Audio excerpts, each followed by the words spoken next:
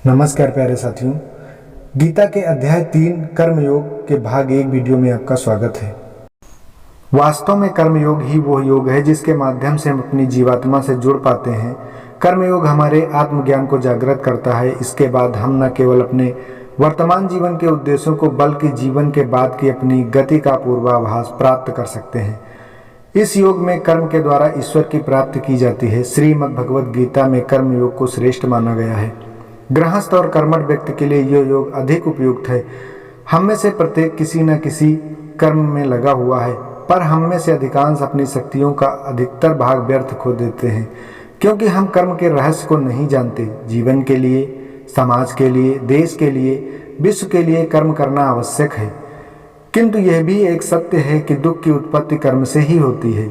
सारे दुख और कष्ट आसक्ति से उत्पन्न हुआ करते हैं।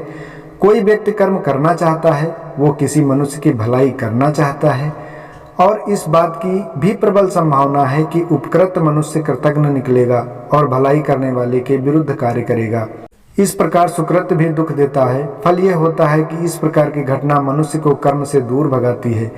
ये दुख या कष्ट का भय कर्म और शक्ति का बड़ा भाग नष्ट कर देता है। कर्मयोग सिखाता है कि कर्म के लिए कर्म करो, आसक्ति रहित होकर कर्म करो। कर्मयोगी इसलिए कर्म करता है कि कर्म करना उसे अच्छा लगता है और इसके परे उसका कोई हेतु नहीं है। कर्मयोगी कर्म का त्याग नहीं करता, वो केवल कर्म का त्याग करता है और कर्म जनित दुखों से मुक्त हो जाता है। उसकी स्थिति संसार में एक दाता के समान है, जो वह कुछ पाने की कभी चिंता नहीं करता। वो जानता है कि वो दे रहा है और बदले में कुछ मांगता नहीं, और इसलिए वो दुख के चंगुल में नहीं पड़ता। वो जानता है कि दुख का बंधन आसक्ति की प्रतिक्रिया का ही फल हुआ करता है। इस प्रकार कर्मयोगी पुनर्जन्म के बंधन से भी मुक्त हो जाता है।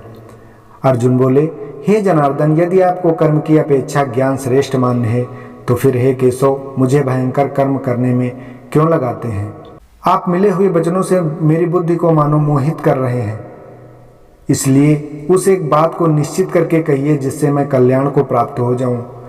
श्री भगवानन बोले, हे निष्पाप, इस लोक में 2 प्रकार की निष्ठा मेरे द्वारा पहले ही की गई है। उनमें से सांख्य योगियों की निष्ठा तो ज्ञान योग से और योगियों की निष्ठा कर्मयोग से होती है। मनुष्य न तो कर्मों का आरंभ किए बिना निष्कर्मता को यानी योगनिष्ठ को प्राप्त होता है, और न कर्मों के केवल त्याग मात्र से सिद्ध यानी सांख्य निष्ठा को ही प्राप्त होता है।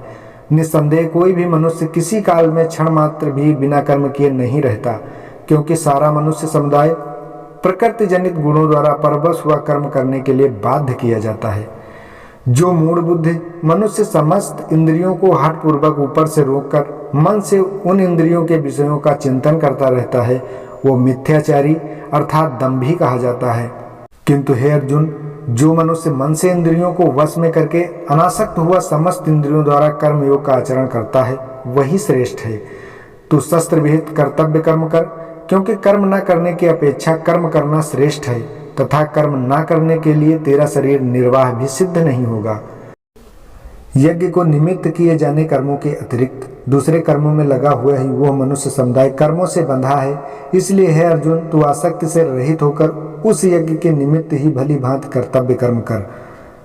प्रजापति ब्रह्मा ने कल्प के आदि में यज्ञ सहित प्रजाओं को रचकर उनसे कहा कि तुम लोग इस यज्ञ के द्वारा वृद्धि को प्राप्त हो, और यह यज्ञ तुम लोगों को इच्छित भोग प्रदान करने वाला हो। तुम लोग इस यज्ञ के द्वारा देवताओं को उन्नत करो और वे देवता तुम लोगों को उन्नत करें। इस प्रकार निस्वार्थ भाव से एक दूसरे को उन्नत करते हुए तुम लोग परम कल्याण को प्राप्त हो जाओगे। यज्ञ के द्वारा बढ़ाए हुए देवता तुम लोगों को बिना मांगे ही इच्छित भोग निश्चय ही देते रहेंगे। इस प्रकार उन देवताओं के द्वारा दिए हुए भोगों को जो पुरुष उनको बिना दिए स्वयं भोगता है, वो चोर ही है। यज्ञ से बचे हुए अन्न को खाने वाले श्रेष्ठ पुरुष सब पापों से मुक्त हो जाते हैं, और पापी लोग अपना शरीर पोषण करने के लिए ही अन्न पकाते हैं, वे तो पाप ही खाते हैं। दोस्तों, कर्मयोग के बाकी श्लोकों के भाव के साथ आपको हम मिलते हैं अगले वीडियो में।